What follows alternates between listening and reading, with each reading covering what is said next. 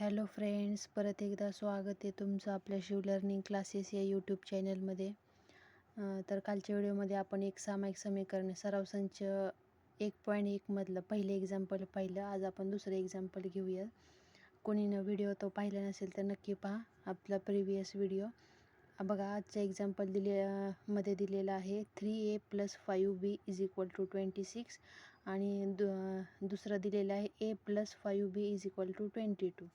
आता बघा, नेहमीप्रमाणे आपण पहिल्यांदा ह्या पहिल्या समीकरणाला नंबर 1 असं मेन्शन करणार आणि हे दुसरं जे आहे एकाखाली एक लिहून घ्यायचं आणि त्याला सेकंड नंबर द्यायचा. आणि हे कंपल्सरी स्टेप आहे. इथं ह्या स्टेपला स्टेप वाईज प्रत्येक मार्क असतात, त्यामुळे ही स्टेप कंपल्सरी लिहायची. प्रत्येक ह्या समीकरणाला 1 नंबर, दुसऱ्या समीकरणाला सेकंड नंबर, हे करायचं. आता बघा, आपल्या जर इथे प्लस मायनस कुठे सिम्बॉल असेल, मायनस वगैरे कुठं दिसतंय का? मायनस नाही. मायनस जर असतं तर आपण काय केली असती, त्यांची ॲडिशन म्हणजेच बेरीज केली असती. आता बघा, आपल्याला काय करावे लागेल, इथे प्लस आहे, इथे प्लस कॅन्सल होऊ शकतं का? नाही, प्लस प्लस कॅन्सल होऊ शकत नाही.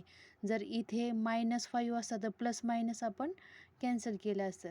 तर मग आपल्याला बघा आता काय करावे लागेल, या समीकरण 1 मधून समीकरण 2 वजा करावं लागेल. पण जेव्हा आपण वजाबाकी करतो तेव्हा सगळ्या प्लसचं मायनस होतं, मायनसचं प्लस, असे सिम्बॉल आपल्याला अगोदर चेंज करून घ्यावे लागतात. मग ते कसं करणार बघा.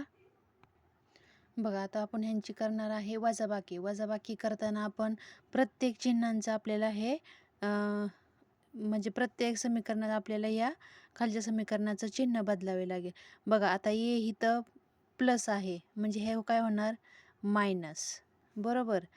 हे काय आहे, +5 आहे, हे काय होणार, -5b. बरोबर. हे काय आहे, 22 प्लसच आहे, मग हे पण काय होणार, आपल्याला मायनस होणार. राईट.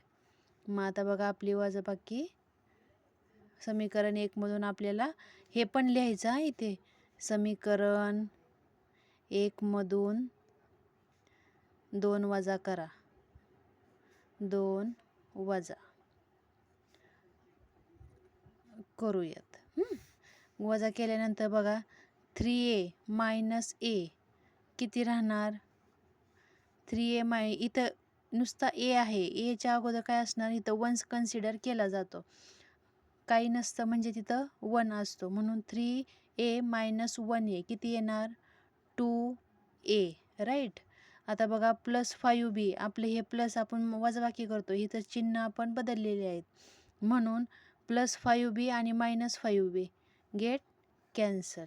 आता बघा, 26 मधून काय आहे, आता हे प्लस होतं, आपण काय केलं, त्यांची वजाबाकी करायची म्हणून चिन्ह बदललं. मग आता 26 - 22 किती येतात, 4. बरोबर. आपल्याला समीकरण काय, हे काय मिळालेले, इथे 0 मेन्शन करायचा, इथं +0. बरोबर. आता 2a म्हणजे इथं एला काय आहे, मल्टिप्लाय. मग आपल्याला एची किंमत काढायची, एला मल्टिप्लाय, मग हे 2 इकडे गेल्यावर काय होणार, डिवाइड म्हणजेच भागिले होणार. हा 4 आहे असा, ए इकडे आला म्हणून हा भागिले झाला.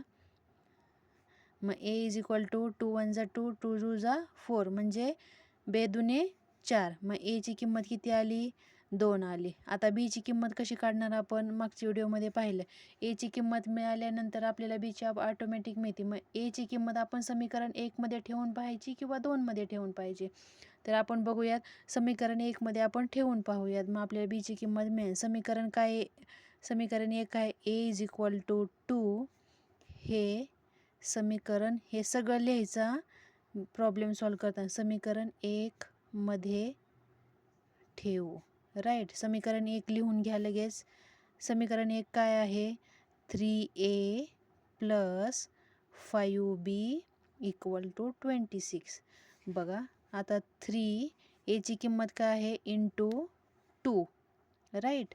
+ 5b = 26. 3 × 2 6. राईट.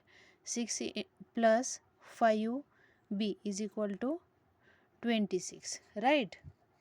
आता हे कसं सॉल्व करणार आपण, आपल्याला 5b इकडे घेऊयात.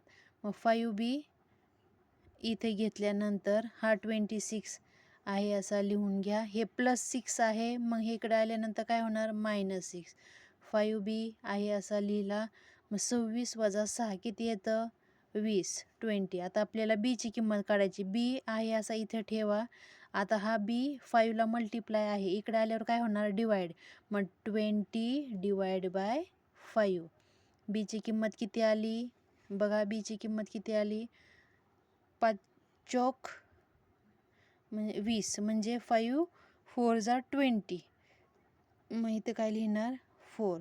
आपल्याला बघा एची किंमत किती मिळाली, एची किंमत मिळाली 2 आणि बीची किंमत मिळाली 4. मग आपण लास्ट काय लिहिणार 2 आणि 4 इक्वल टू ए, बी. हे या समीकरणाची काय आहे उकल, ही या समीकरणाची उकल आहे. हे सेंटेन्स लिहायला विसरायचं नाही, त्याला अर्धा मार्क असतो.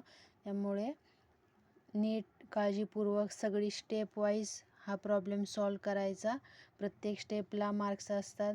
तर आपण नेक्स्ट एक्झाम्पल नेक्स्ट व्हिडिओमध्ये पाहूयात. आजचा व्हिडिओ तुम्हाला कसा वाटला कमेंटद्वारे नक्की कळवा. आवडल्यास लाईक, शेअर आणि सबस्क्राईब करायला विसरू नका. थँक्यू.